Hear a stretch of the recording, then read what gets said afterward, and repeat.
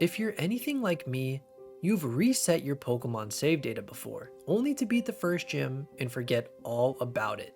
Well, today, I aim to solve that issue by starting my forever save in Pokemon X.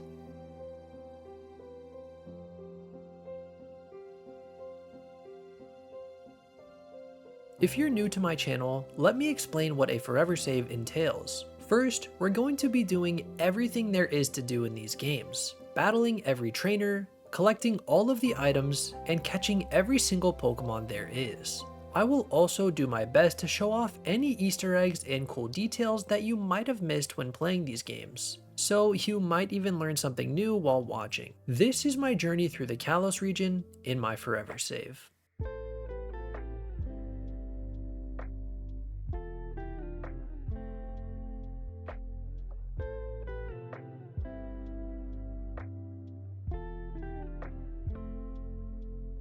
We're awoken from our slumber by the adorable regional bird that is Fletchling, and we've even got a fancy Wii U here in our room. Let me just say that there are a ton of super great things I have to say on these games, not to mention the regional dex, which has a lot of forgettable Pokemon, but also ones that I'm quite fond of. Anyways, we're introduced to Shauna and Serena before they invite us to have a meeting with them in Aquacord Town. Upon arrival, we're introduced to two more characters, being Tierno and Trevor. As per the last video, we'll be ditching our starter in a bit, but I decided to go with Fennekin as it's my favorite of the bunch. Just after, we quickly take down our rival's Chespin, which by the way, I actually love Chespin a lot, but its evolutions, well, they're a different story. I then stop back by the house to deliver a letter from Professor Sycamore, who our mom seems to fancy. But after a quick send-off from our Rhyhorn, it's time to dive in. Unfortunately, we don't have access to transferred up Pokemon until Santalune City, which is after the forest, so we'll show off the team once we get there. For now, I'm going to take on every trainer in the forest, but skip the items and Pokemon and come back for them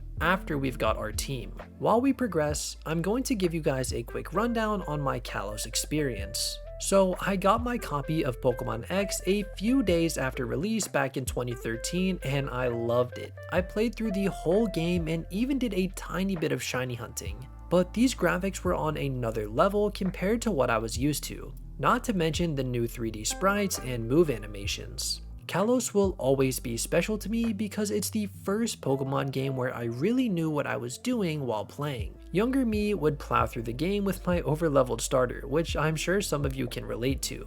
I didn't want to take the time grinding up a new team member, plus none of them looked as cool as my starter. But in X and Y, I used a full team of 6 Pokemon for the first time ever. Most likely thanks to the EXP share, which allowed me to use a full team without spending hours leveling them all up. I'll touch back on this point and explain that team in a bit, but for now, we've got a new team to show off, and this time it's all water types. And of course, another trusty Smeargle for catching Pokemon.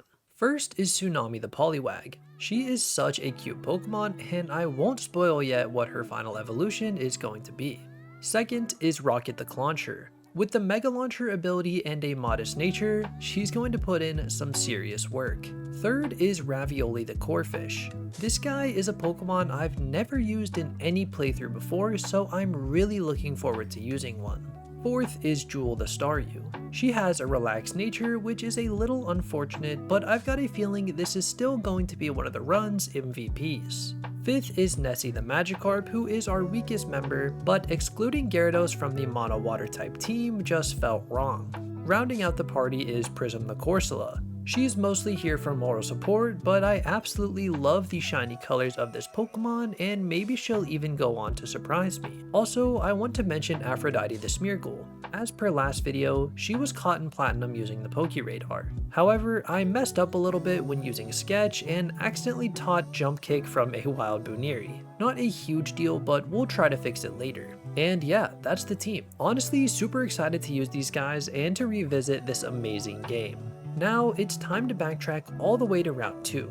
But first, I'm going to go ahead and take care of the trainers we skipped here on Route 3. Schoolgirl Bridget's Bidoof gets taken care of with a single Bubble Beam. Schoolboy Brighton has the 3 elemental monkeys, but they're not an issue for Rocket. What is an issue is the disobedience problem with our Pokemon. Unfortunately, for the first couple of gyms, our Pokemon won't always listen to us since they were transferred from another game. It's a pain for now, but will be well worth it once we can get over that hurdle. Third is Preschooler Ella, and her poor Pichu doesn't stand a chance even against our water type. Finally is Preschooler Oliver, and his Caterpie and Azurill each fall to a single hit from Rocket. Okay, with those out of the way, we have a ton of Pokemon to catch, so let's start with Route 2. My first encounter here is a Fletchling. These friendly Pokemon send signals to one another with beautiful chirps and tail-feathered movements. Fletchling is definitely a top 3 regional bird for me. How can you not love this little guy? Next up is Pidgey. A common sight in forests and woods. It flaps its wings at ground level to kick up blinding sand. Pidgey, on the other hand, is iconic but not a top 3 regional bird, at least to me. Afterwards, I find the X and Y staple that is Bunnelby. They use their large ears to dig burrows. They will dig the whole night through. I know this thing digs with its ears and all, but the fact that it's actually strong enough to dig these big holes with them is pretty crazy. Next up is the adorable Scatterbug. When under attack from a bird Pokemon, it spews a poisonous black powder that causes paralysis on contact. Black powder is insane. I will be staying far, far away from you, Scatterbug. Taking a trip back to Hoenn is Zigzagoon. It walks in a zigzag fashion. It's good at finding items in the grass and even in the ground. I wonder if these Zigzagoons without the pickup ability are still good at finding items. With Route 2 complete, we're hopping right into Santalune Forest, and yet again there are a ton of new Pokemon to collect. My first encounter is everyone's favorite poison stinger, Weedle. Often found in forest and grasslands. It has a sharp, toxic barb of around 2 inches on top of its head. I can't even imagine accidentally stepping on a Weedle. That's got to be extremely painful. Secondly, I run into its evolution, Kakuna. Almost incapable of moving, this Pokemon can only harden its shell to protect itself when it's in danger. Luckily, Kakuna evolves pretty quickly, but life stuck in a cocoon does not sound very fun. Next is Weedle's cuter cousin, Caterpie.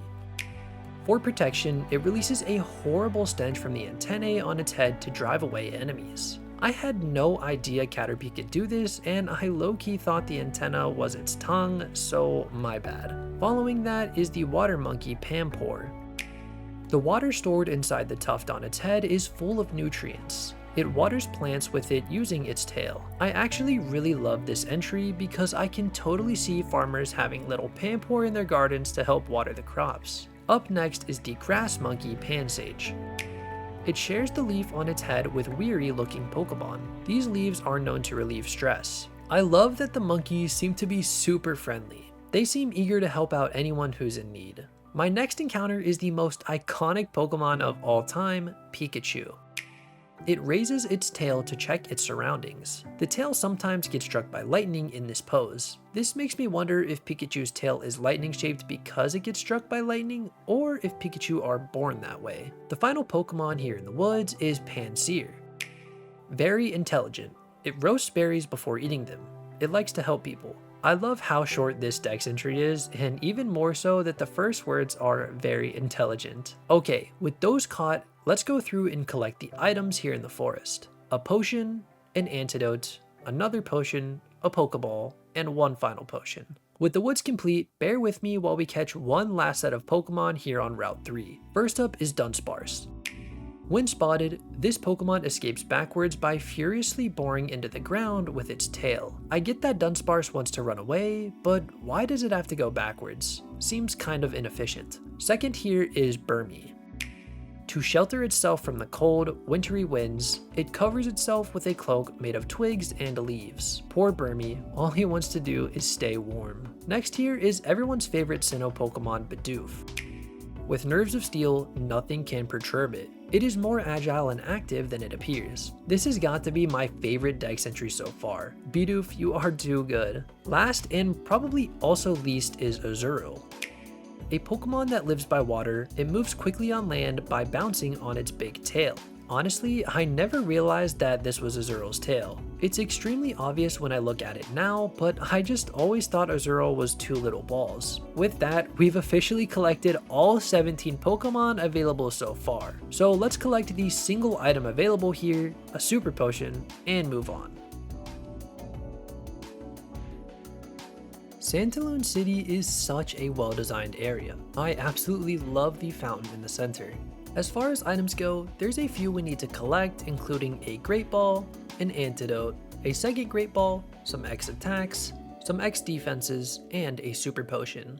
Afterwards, we can challenge roller skater Rinka to a battle, and upon defeat, she rewards us with a shiny pair of roller skates. With the items collected, it's finally time to head inside of the Santalune City gym. In the last video, I didn't communicate correctly with you guys, and I said that I was skipping the gym trainers. When I said that, I meant that I was not going to cover them in the video, but still fight all of them to avoid covering too many fights in the video. So going forward, I'll make sure to show the gym trainer fights, or at least some of them to clear up any confusion and make sure you guys know that I'm doing them. Alright, with that out of the way, it's time to challenge the bug type gym leader herself, Viola. She leads Surskit and I lead Clauncher, who after some slight disobedience issues is able to take it down with a Bubble Beam. Her other Pokemon is a Vivillon, and after an Ice Beam connects, we're able to claim her final Pokemon.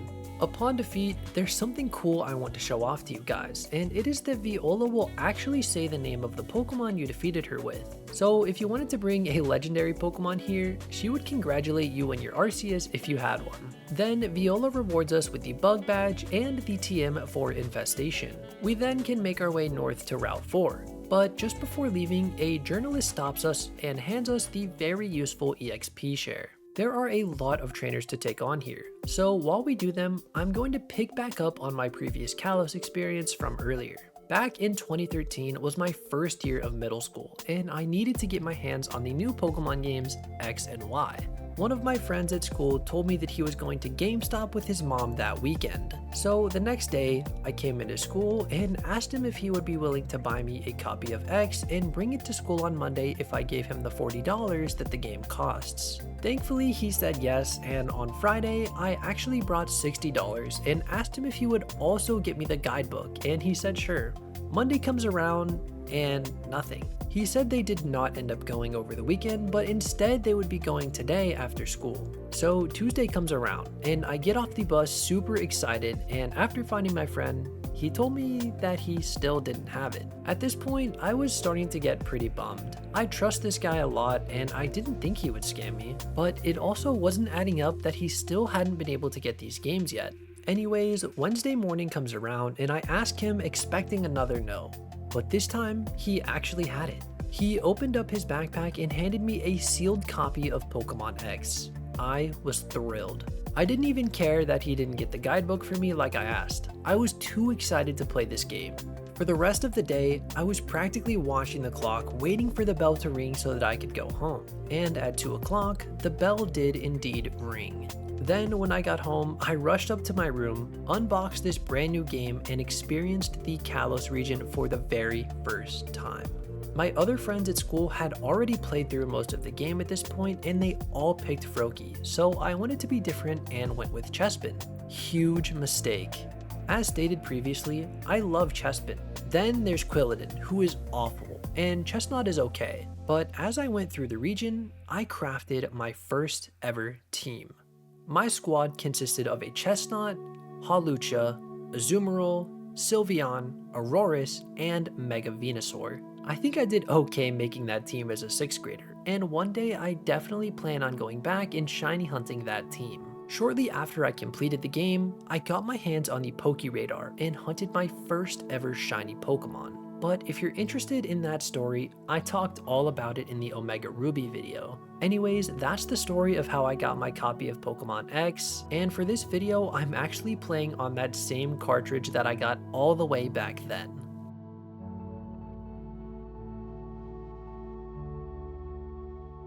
Now, let's hop into the plethora of items here on Route 4. A Repel, some honey, some more honey, even more honey, a Super Potion, another Super Potion, a Net Ball, a Poison Barb, an Ether, an Antidote, and a Great Ball. Kalos has one of the largest regional dexes out there, so there's going to be a lot of Pokemon on the routes we go through. And the first one that I find here is a pink Skitty.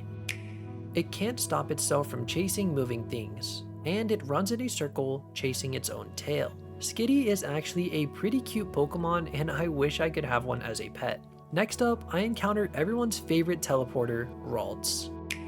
If its horns capture the warm feeling of people or Pokemon, its body warms up slightly. Ralts is such an icon, and while its design is simple, I think it suits it really well. Third up is the honey Pokemon Combee.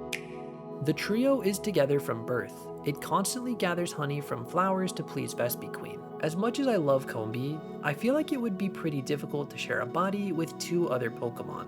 Fourth here is Flabebe. It draws out and controls the hidden power of flowers. The flower Flabebe holds is most likely part of its body. I honestly did not expect the flower to be part of its body and assumed they kind of chose their own flower and stuck with it. But it's pretty cool knowing that that's not how it works. Next up is one of my favorite baby Pokemon, Budew. When it feels the sun's warm touch, it opens its bud to release pollen. It lives alongside clear pools. I love this Pokemon. If I was a trainer, I would definitely have a Budew that I would be taking care of. The final Pokemon here on Route 104 is a Ladybug. When the weather turns cold, lots of Ladybug gather from everywhere to cluster and keep each other warm. This is actually really fascinating, and I would love to see a bunch of Ladybug huddled together trying to keep warm. Anyways, that completes the Pokemon here on Route 4. Just north before leaving, you can actually get some more exclusive text if you decide to catch Flabebe here before moving on. And since we did, these 2 congratulate us and say that they would expect nothing less from someone the professor handpicked. These 2 new characters are Sina and Dexio, and they explain that we need to head over to the lab. But before that, they reward us with the TM for return. In the lab, I make a quick stop on the 2nd floor to pick up some luxury balls before heading to the 3rd to meet the professor. Here he challenges us to a battle and we're rewarded with one of the Kanto starters for our victory. I'm not going to be using them of course, but I go with Squirtle to continue our water type trend. Before leaving, I also make sure to talk to the lab assistant on the right because if you've caught at least 30 Pokemon by this point, you'll be able to grab the False Swipe TM. Just after, we head inside a cafe and Lysander and Diantha are having a chat. After heading out, I make a quick stop by a shop here in Lumiose where we're able to purchase a Water Stone, which I then use to evolve Staryu into Starmie. With everything here done, it's time to move up to Route 5. Immediately, we are greeted by Karina and one of her Lucarios, who seems to have taken interest in us, and apparently he says we have aura? Cool, I guess. As stated before, these routes are pretty long here in Kalos, so let's start with the trainers. During this, I'm going to address one of the big questions that you as a viewer may have on your mind. Where is the rest of the Omega Ruby video? I only played up to Gym 5 in that game, so why am I jumping into Kalos without finishing that game first? Well, I'm still getting a feel on what's best for me. I eventually want to make a forever save for every single mainline Pokemon game. So should I make a video about starting the forever save and finish it on my own time? Should I upload once a month and complete the entire forever save in a 3-hour video? Maybe alternate between 2 forever saves every other video? This is where I would like to ask for help from you guys. The Omega Ruby video is doing super well and over 100 of you guys have left super nice comments giving me feedback on it. So I'm here once again asking for some advice. For you as a viewer, what do you think you would enjoy the most? Longer complete videos? Or maybe the same 1 hour length and split it up into 2 or 3 videos? Regardless, I don't want you guys to think that I'm ditching the Omega Ruby save. I'm just trying to figure out the combination of videos that's best for the channel and best for me personally to create. So if you have a moment and are enjoying the forever save videos, I'd really appreciate if you gave me your opinion and maybe hit the subscribe button while you're down there. Items wise, we can collect a Paralyze Heal, a Super Potion, another Super Potion, a 3rd Super Potion, a Great Ball, an Oran Berry, the Home Claws TM, and an X Attack. There are a massive 9 new Pokemon we need to collect here, and the first I find is the Horde Encounter exclusive Scraggy. Its skin has a rubbery elasticity, so it can reduce damage by defensively pulling its skin up to its neck. Scraggy is another Pokemon that as a trainer I would definitely go out of my way to catch. I love its design and I feel it would be super fun to use in battle. Next up is the stomach Pokemon Gulpin. It has a small heart and brain. Its stomach comprises mostly of its body, with enzymes to dissolve anything. I'm not really a big fan of Gulpin, but I think it's interesting how they pointed out how small its brain and heart are. Third is the playful Pokemon Pancham. It does its best to be taken seriously by its enemies, but its glare is not sufficiently intimidating. Chewing on its leaf is its trademark. Pancham is probably one of the best designed Pokemon in my opinion from Gen 6, and I definitely want to use one of these guys in a future playthrough. Following that is the Mount Pokemon Skiddo. Thought to be one of the first Pokemon to live in harmony with humans, it has a placid disposition. Skiddo's uniqueness went away from me in Pokemon Scarlet and Violet because I feel like they were all over the place. However, in Kalos specifically, I think this Pokemon is pretty cool. Fifth is the twin bird Pokemon Doduo.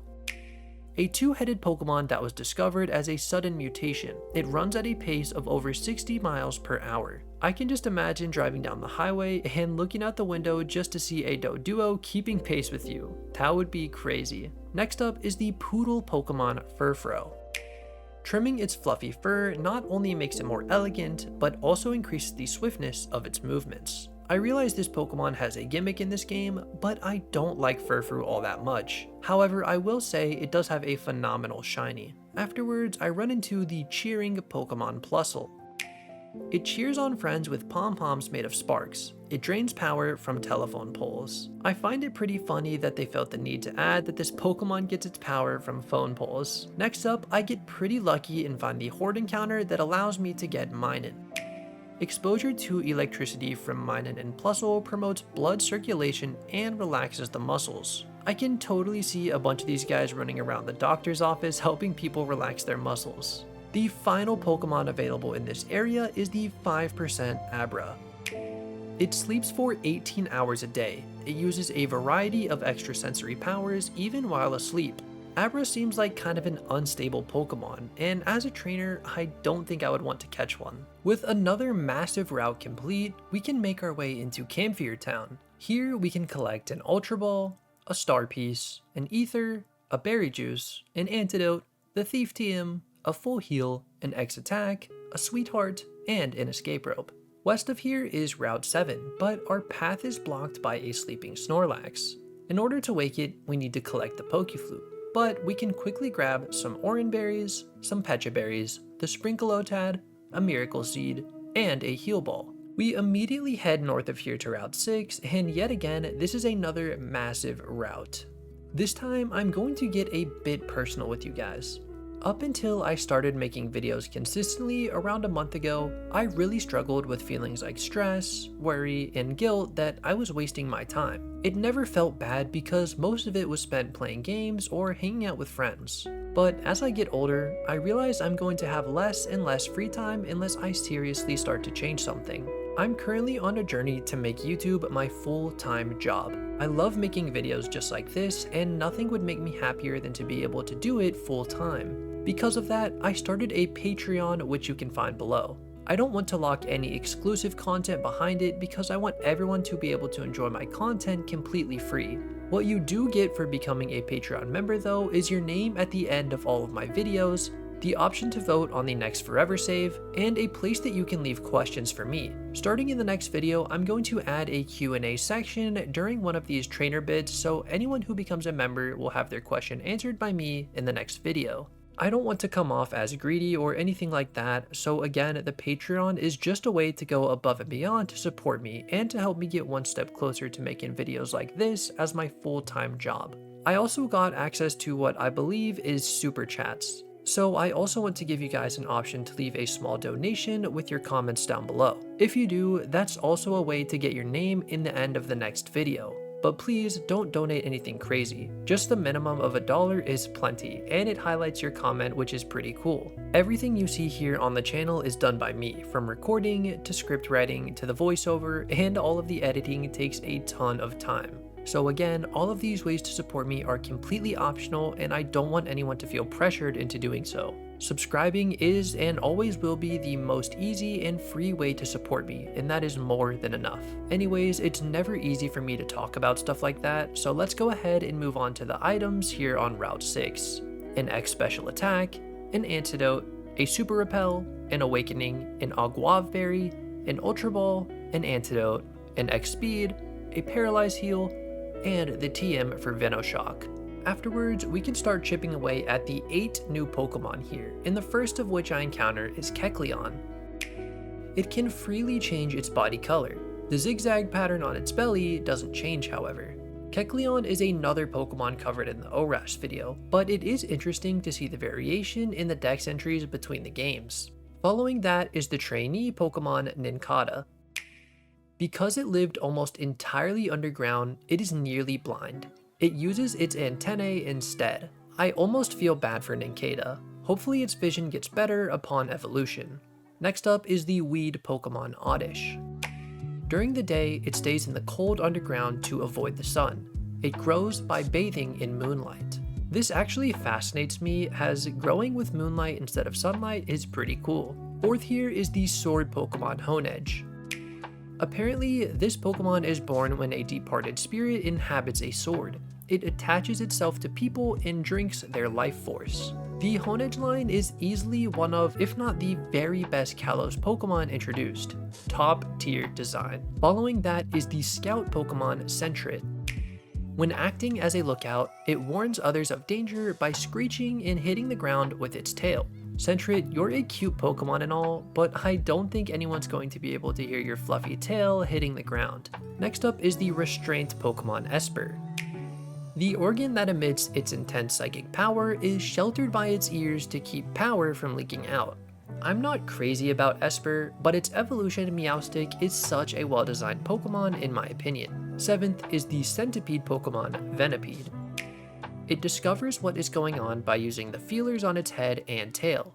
It is brutally aggressive. This line and Gen 5 really is where I think they started making the bug type have some really cool Pokemon. Leavanny, Scolipede, and Volcarona to name a few. The final Pokemon we need to catch here is Audino.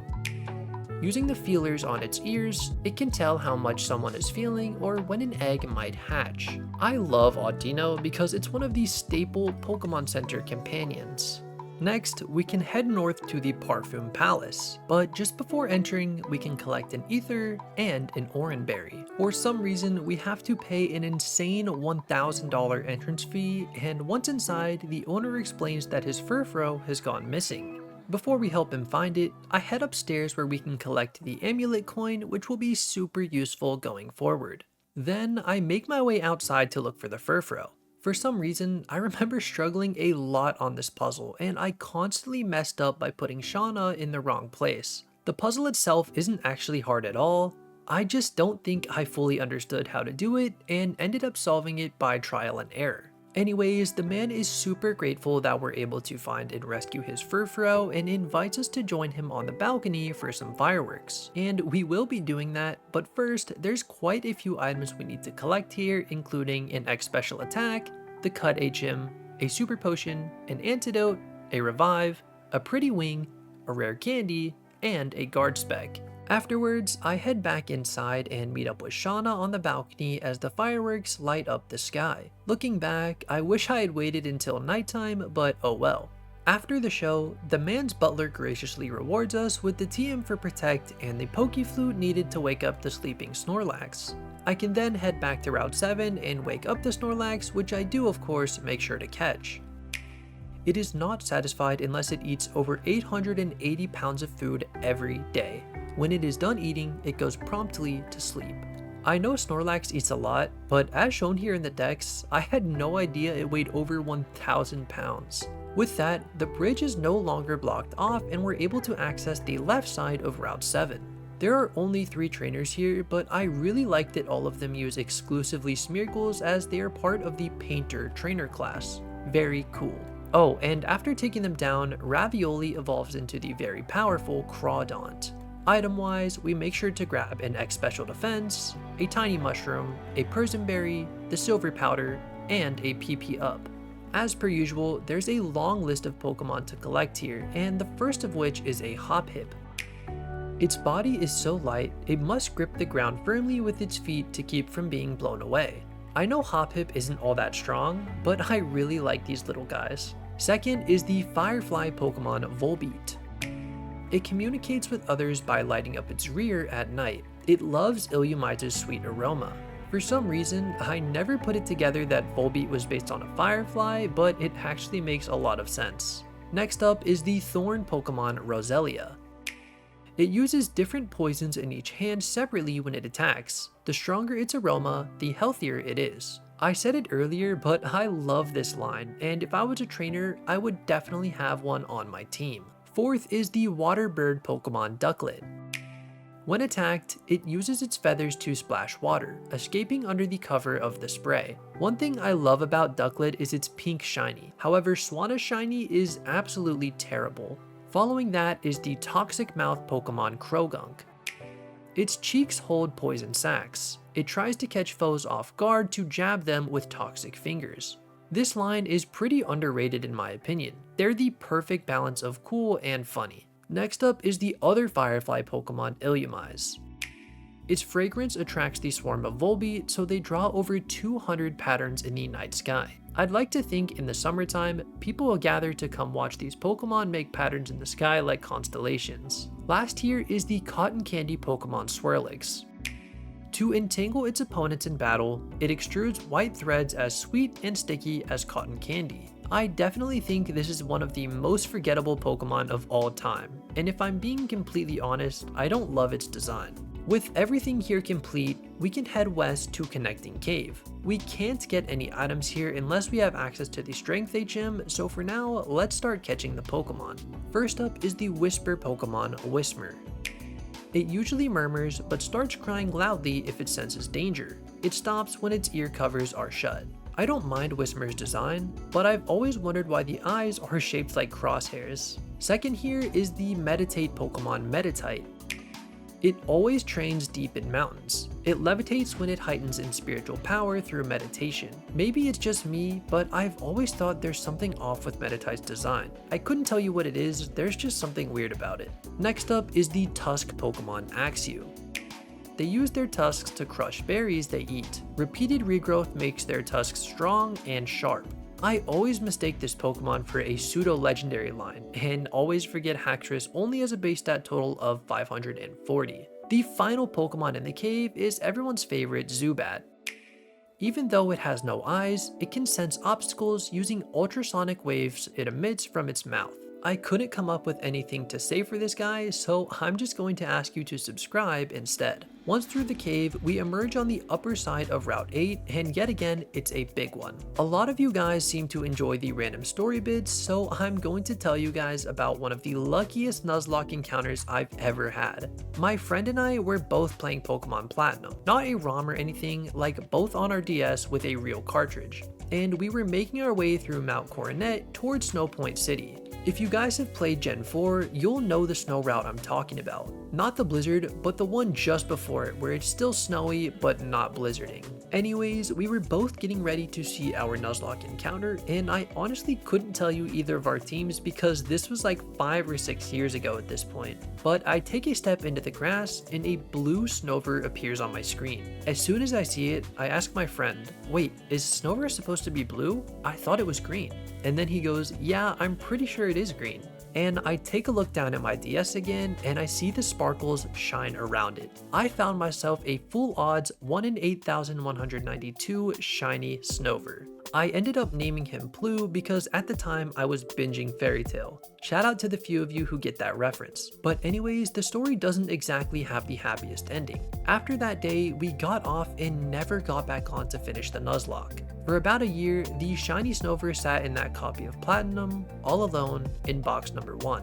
Well, after that year had passed, I decided I wanted to play through Platinum, so I wiped the save. But don't worry, I made sure to trade over the Snover to my copy of Heart Gold. And to this day, I actually still have him in my boxes. I don't know if I'll ever use him because Abomasnow isn't all that, but maybe when I do the Y Forever Save, we can use him as a Mega Abomasnow. This is only the second Forever Save video, so I quickly want to ask you guys if there's anything you would change about the video format. Is there a specific topic you'd like covered? Or maybe you want me to highlight the trainers more as I usually talk over them? Regardless, I believe there's always something I can do to improve the quality of the video, and maybe you guys see something that I don't. So please don't hesitate to let me know, even if it's something you didn't like about the video, so that way I can be sure to take that into consideration when making these videos in the future. Alright, let's jump into the items. A super potion, an HP up, an escape rope, and a leaf stone. As far as Pokemon go, there are a good bit as usual, and the first I find is the 5% Bagon. Its well-developed neck muscles and iron-like head can smash boulders into pieces.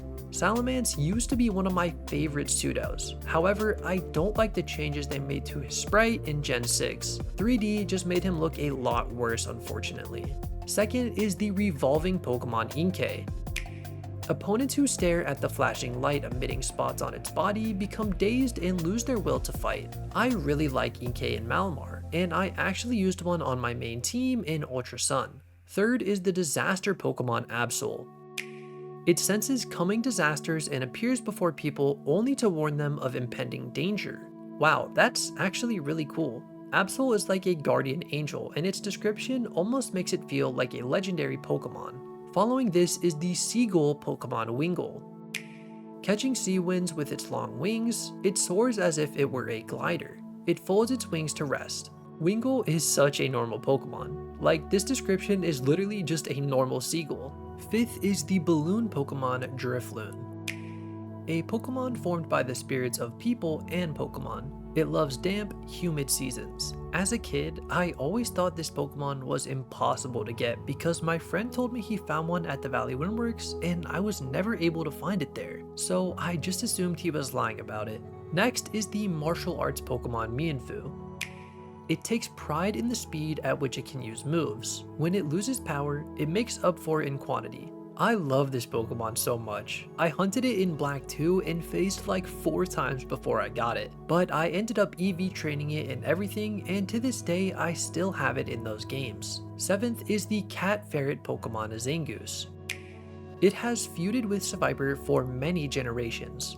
Its sharp claws are its biggest weapons. I did not expect this to be a cat/ferret. I have no clue what animal it would be otherwise, but I just never would have guessed that. Following that, I'm able to grab the Horde exclusive Seviper. In battle, it uses its bladed tail to counter Zangoose. It secretes a deadly venom in its tail. I genuinely think Seviper is such a well-designed Pokemon. I love this guy and its shiny is so good. The final Pokemon available here is the bounce Pokemon Spoink.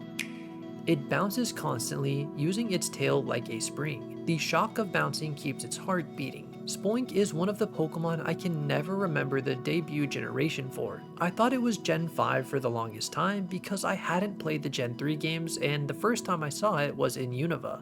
With that, we can move on to Ambrette Town, where yet again there are a lot of items we need to collect. The Rock Smash TM, a Dive Ball, the TM for Nature Power, an X Attack, the Old Rod, and a Rocky Helmet.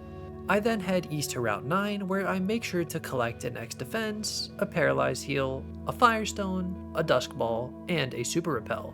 Encounters are pretty slow here as we need to walk around on Rhyhorn to find them, but luckily there are only 3 new ones to collect. First is the Hippo Pokemon Hippopotas. Instead of Perspiration, it expels grainy sand from its body. I like Hippopotas a lot, but I've always avoided using one on my team because I don't like having sand up while my other Pokemon are in. Second is the Desert Croc Pokemon Sandile. It moves along below the sand surface except for its nose and eyes. A dark membrane shields its eyes from the sun. I really appreciate that this dex entry holds up even today. If you go to the desert area in Scarlet and Violet, the Sandile do indeed keep their nose and eyes just above the sand. Last here is the Generator Pokemon Helioptile.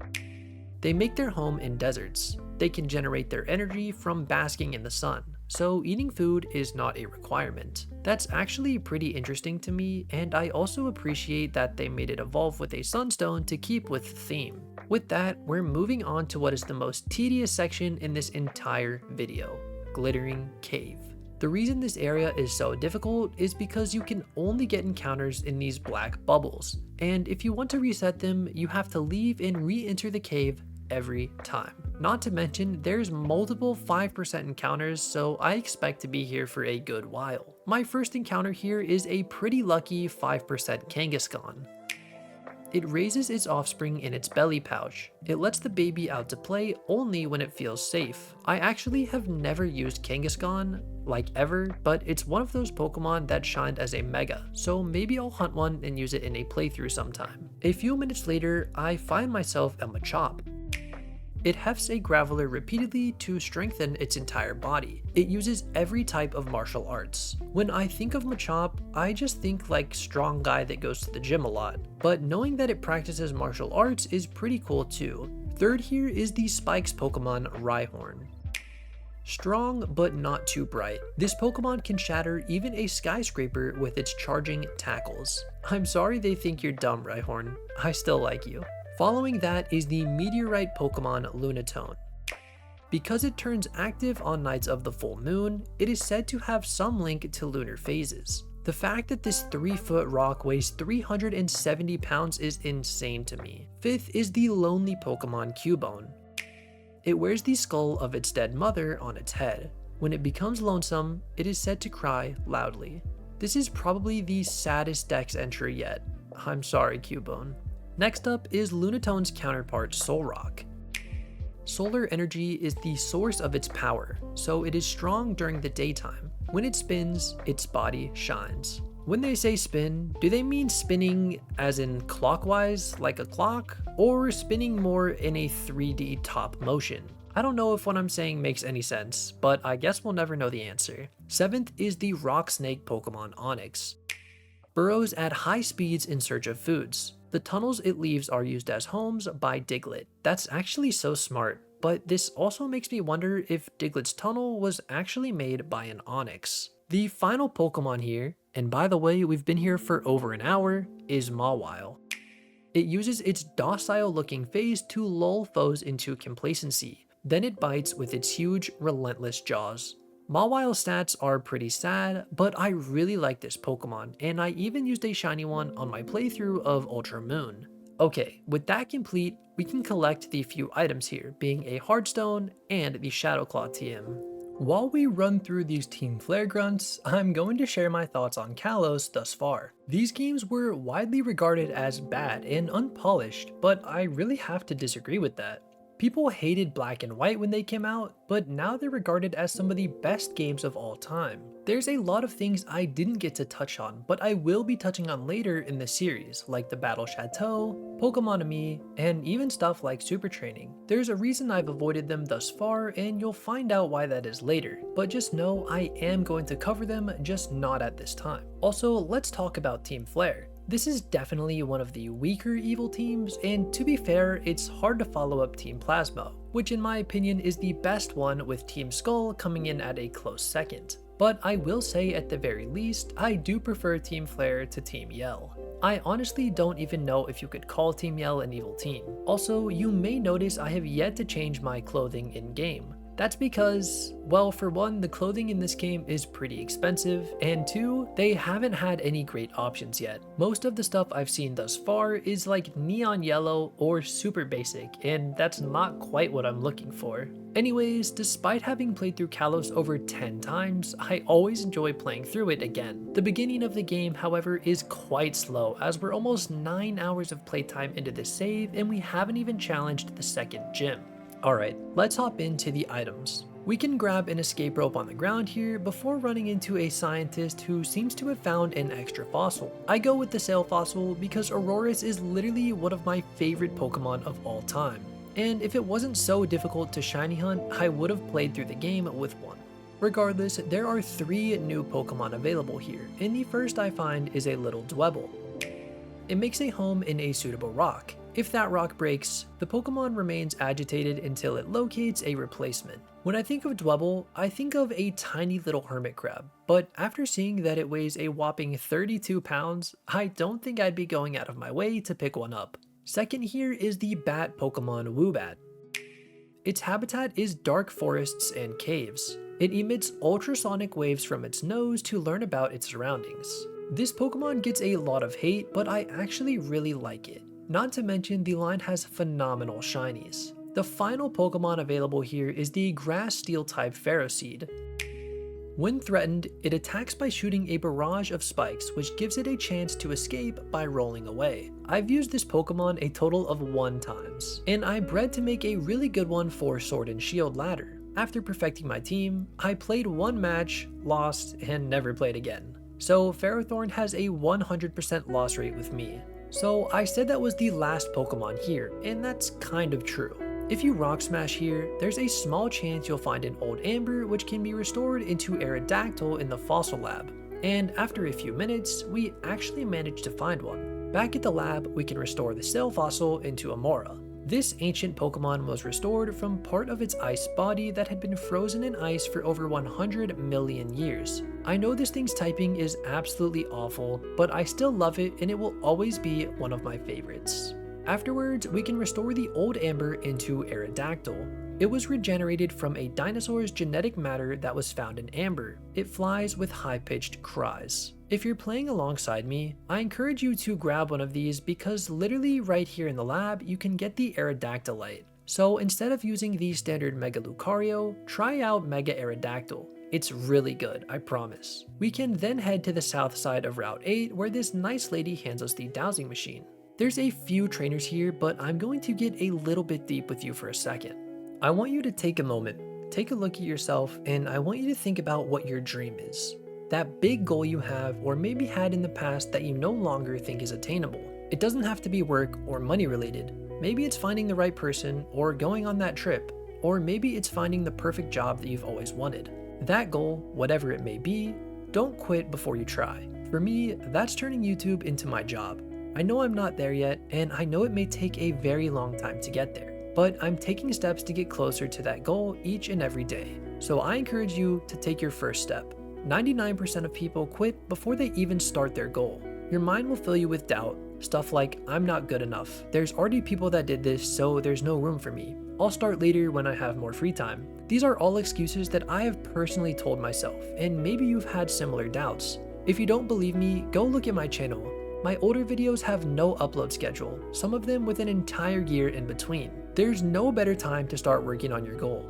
It could be losing weight, or maybe you also want to do YouTube. But if you really want it, you've got to stop pushing it off until later. In reality, later will never come. There will always be something taking up your time, whether it be school, work, or hobbies.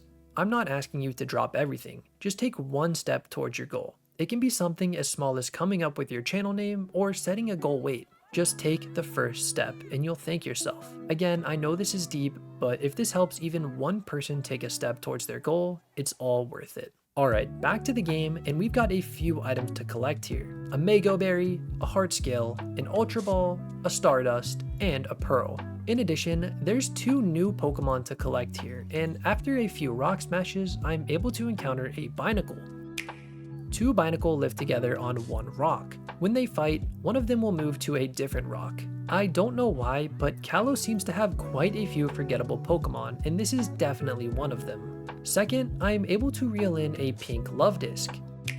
It is said that a couple finding this Pokemon will be blessed with eternal love. This is actually really wholesome, and if only they would make this thing Water Fairy, I think it could actually be pretty good.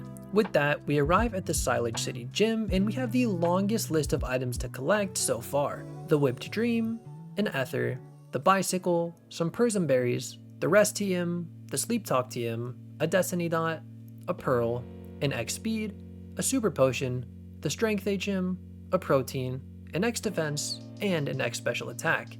Okay, after almost 10 hours of playtime, we can finally head inside the second gym. Oh, and here's a quick montage of the trainers so you know I did them.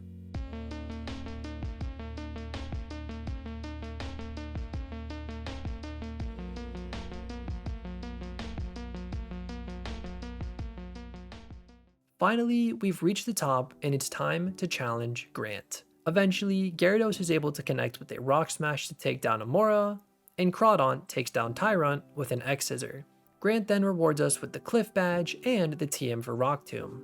Just after, we can make our way north to Route 10 where we can tackle some more trainers. I want to tell you guys one last story, and this time it's not Pokemon related, but about me as a person. When I was younger, I got bullied a lot in school. Around 5th grade is when it was the worst. I was super into Pokemon, and my closest friends who I had once shared all of my Pokemon memories with had stepped away from the games, and said that anyone who still played them was lame and needed to grow up. That part didn't really bother me, but what did suck is that I now didn't have anyone to talk about Pokemon with.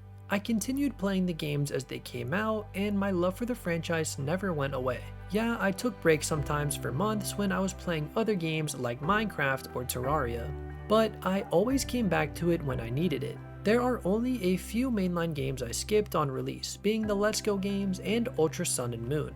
I did of course go back and play them, but to this day I've never finished the Let's Go games. Every time I try and play them, I get bored around Misty, and I'm not really sure why. Maybe it's the graphics, or it could just be the controls, but maybe someday I'll go back and play them. Anyways, fast forward to high school, I met a guy who had the same love for Pokemon that I did, and we bonded over that a lot. This is the same guy I was playing the Platinum Nuzlocke with from earlier, by the way. But before that, we actually played an entire Nuzlocke of Omega Ruby side by side on cartridge at a sleepover, and one night he stayed up until 4 AM grinding his Tentacool, only for it to die to a crit a few fights later. It's memories like these that I love the most about Pokemon. A random shiny, a funny moment, or even a critical hit when it matters most. It's stuff like that that defines my love for the game and the Pokemon themselves. There are some Pokemon that I had zero interest in, such as Xatu, but after using it in one of my Nuzlockes, it quickly became one of my favorite flying type Pokemon.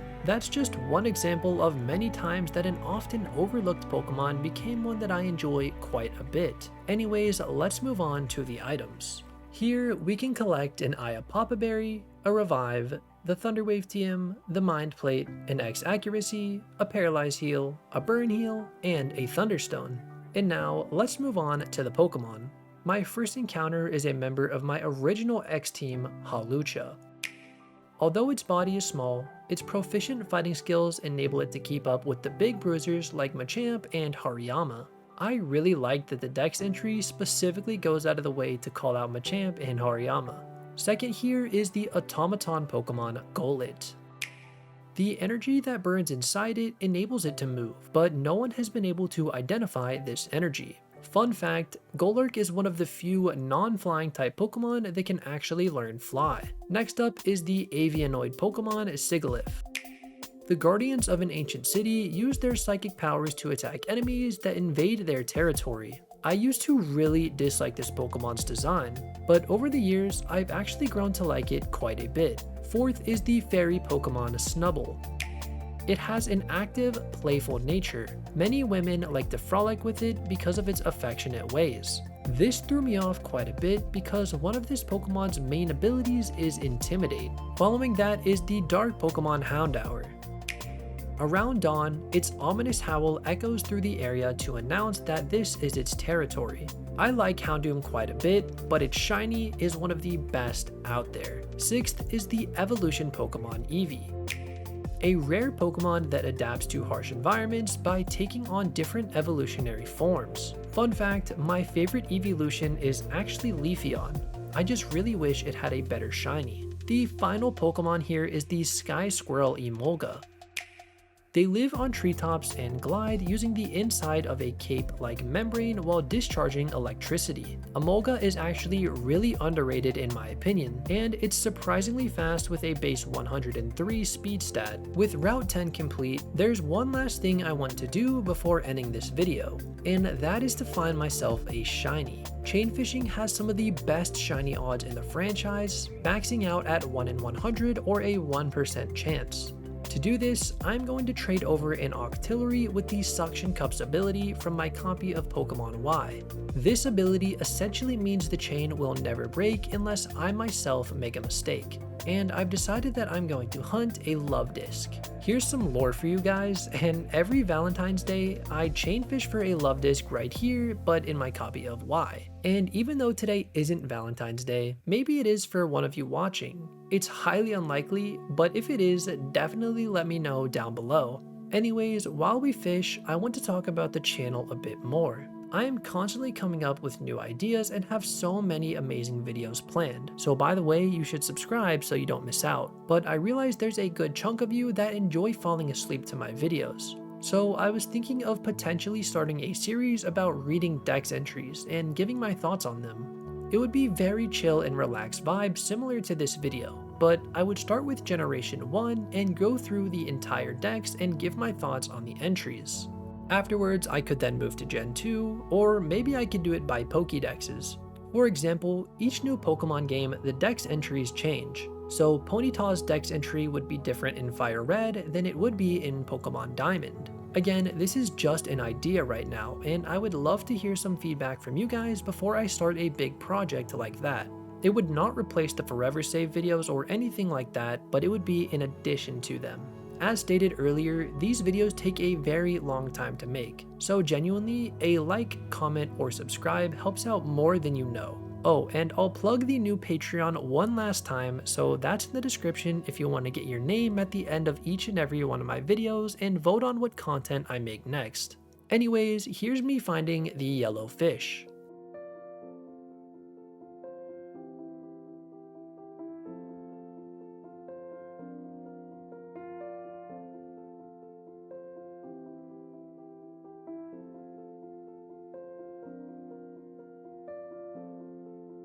Unfortunately, I don't have the live reaction because I record with my mic turned off and then talk over the gameplay afterwards.